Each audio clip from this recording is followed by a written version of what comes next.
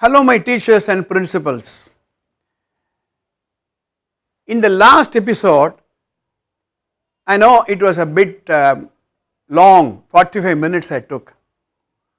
I gave you the various information as to what we are going to do in this series of episodes. Are we not concerned that the various effort that we take in the classroom and in the home sometimes do not produce the desired result? Are we not getting concerned on how the children are going to cope up with the demands they are going to meet in the society? How are we going to meet the gap between teaching and learning in the field of education? That's why I intended these episodes for. In the last episode, I gave you various contents which we are going to use, which we are going to cover. Just to recap, there is a gap between teaching and learning. Teaching takes place by the teacher in the classroom.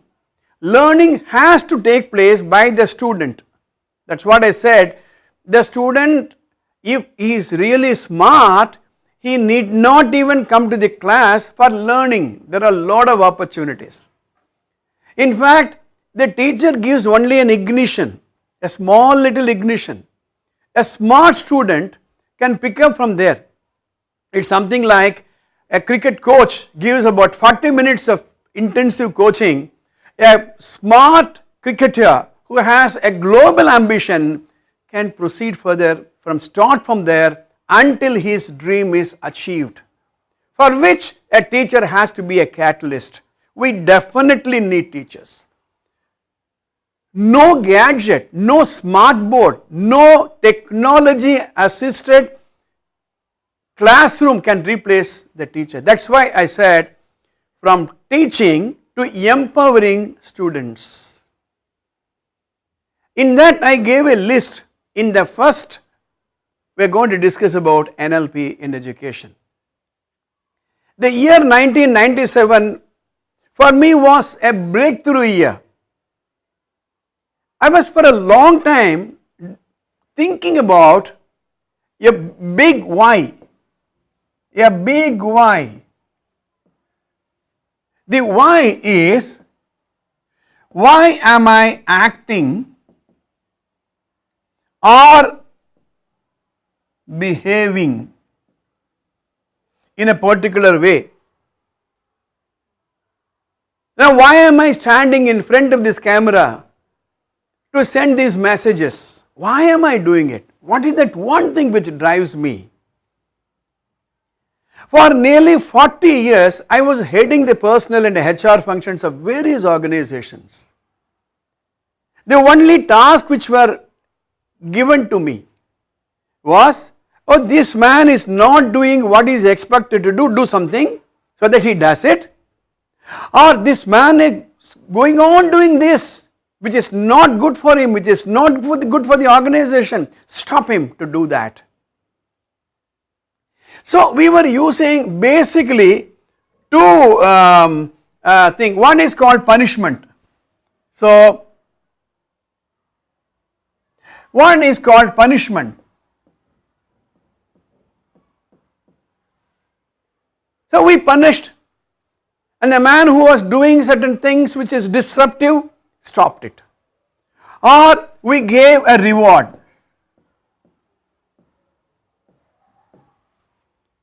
Attendance bonus, a long service award, a promotion, a cash award was given. And what happened? Both of them yielded only a temporary result. But I was wanting to know how is that I can modify, I am using the word modify, an external behavior. Here what are we doing? We are manipulating.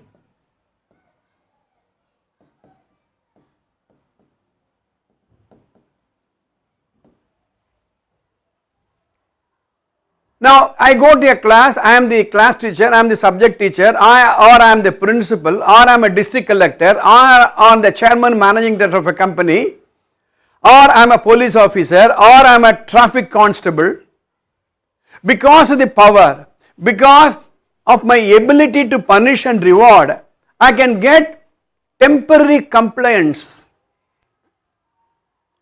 But what happens when I don't have the power? What happened when I am not anymore a police constable? What happened when I am not anymore the class teacher? What happened if I am not anymore a managing director, chairman of a company? Will they listen to me? Or what happens if the people becomes immune to punishment, immune to reward? How long are we going to motivate people with money? So I was looking for something which will drastically modify. Then I was very lucky to read a book by Tony Robbins, The Unlimited Power. You can get it in any bookstall. It was sometime in 1997. That gave me a clue to my question.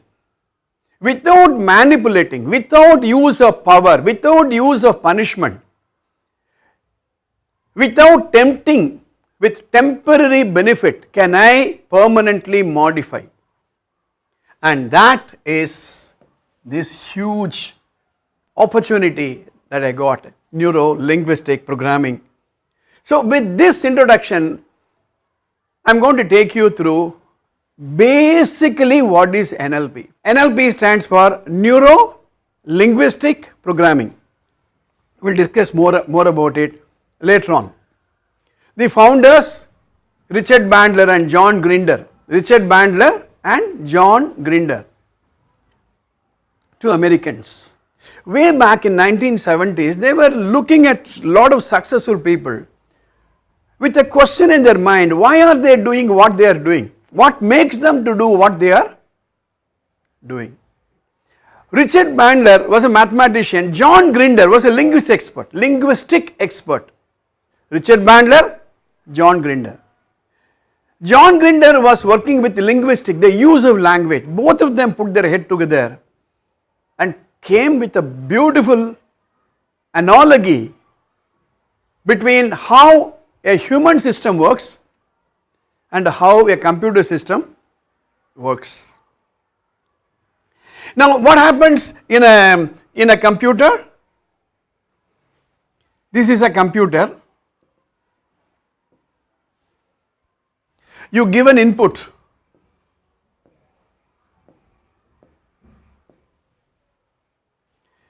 And the computer processes. There is a process taking place in the computer, and there is an output. Let us understand this simple system. Control P. So I type control plus P. So I will get a printout. Now supposing I put control P, I am not getting a printout, what do?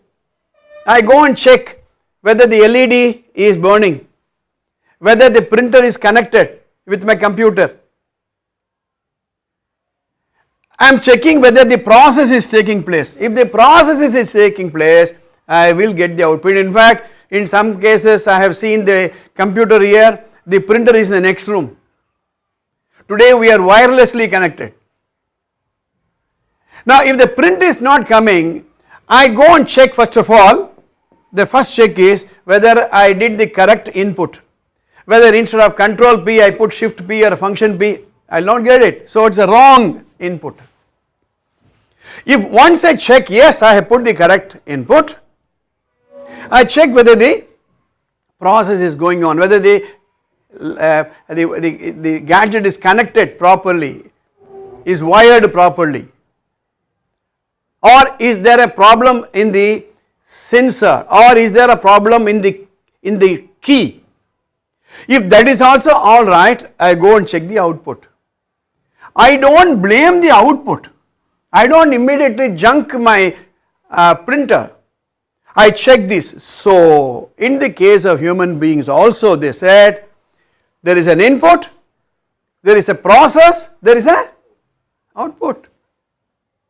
As teachers and students, as parents, as principals, you start looking at the classroom. What are all the behaviors taking place? Here is a student highly energetic.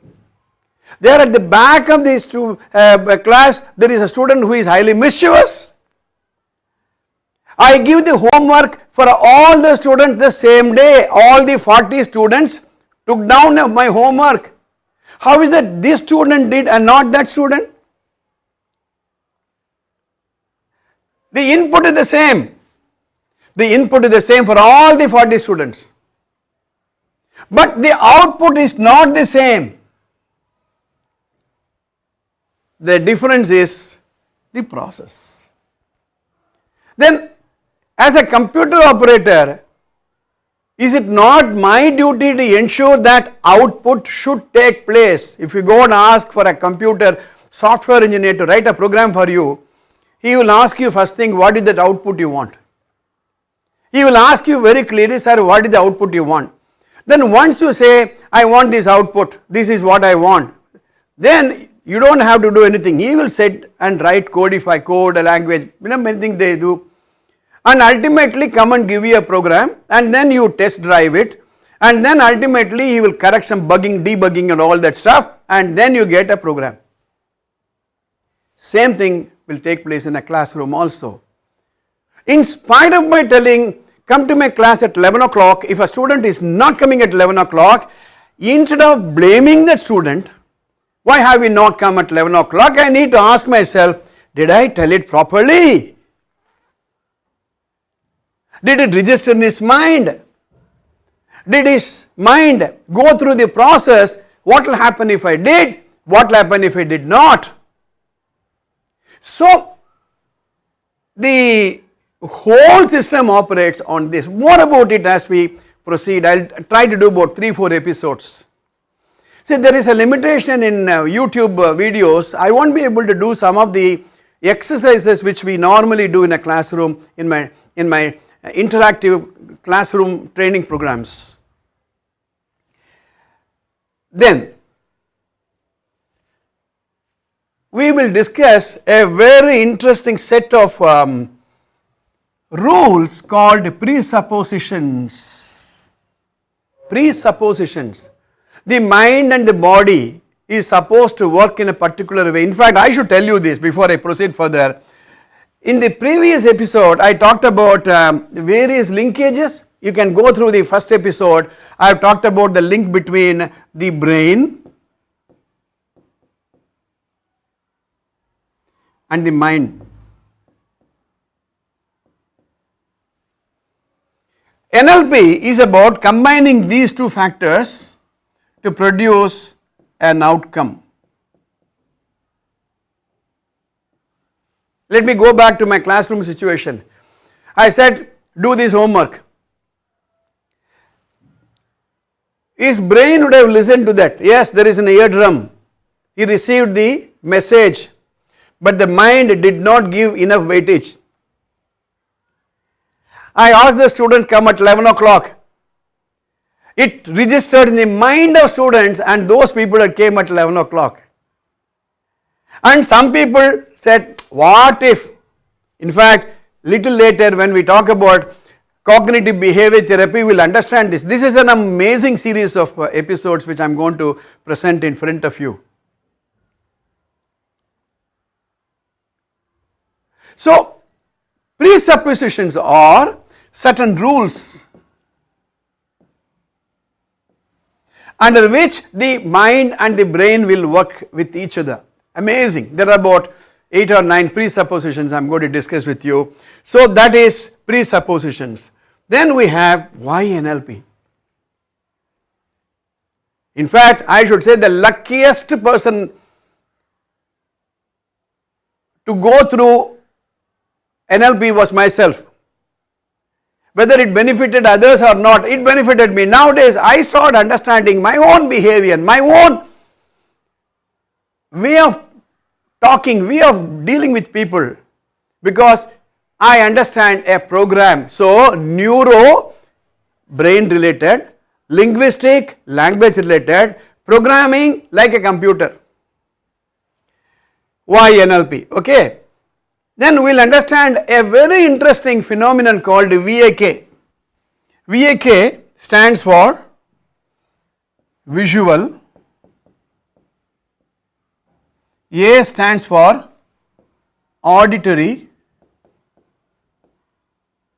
and K stands for kinesthetic.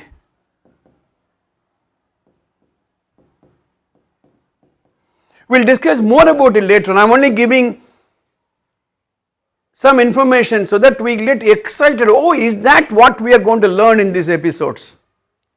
Visual is I see, I understand. Auditory is I hear, I understand. Kinesthetic is I do, I understand. So, we will understand these three terms as we proceed further. The third one, the fifth one is NLP and rapport building. Remember in the last episode I was discussing about the relationship between the teacher and the taught. I like a subject and so I like the teacher who teaches the subject.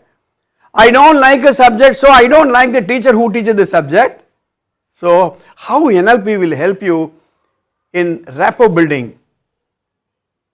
This is an amazing area which you are all going to work with. Limiting belief. You know, there are two types of beliefs, limiting beliefs and driving beliefs. Limiting beliefs is like something like a ball and chain, you know, you remember you have seen the ball and chain, you are being tied with a big ball and a chain, you are not able to move. I tell myself, maths is difficult for me. Or I have a belief, however much I try, this teacher is not going to give me centum. How do you break this? Or I am not a lucky person. Or whatever I do is not going to be helpful to me. So how are you going to deal with limiting belief? This is an amazing last bit. Language pattern. Yes, language pattern. There is a pattern for the language. For example, a student comes to me and say, sir, I find mathematics difficult. I find mathematics difficult. And then I reply, oh, all these years you found mathematics difficult, isn't it? So what does it imply? All these years you found mathematics difficult, isn't it? Which means not anymore. So by a simple use of language, you put the problem to the past and not anymore present. So these are the things we are going to discuss in about 3 or 4 episodes in NLP. Get excited. See you in the next episode. SRMJV is not just a school, it's a one-time experience. VM Nagar, Tiruvallur,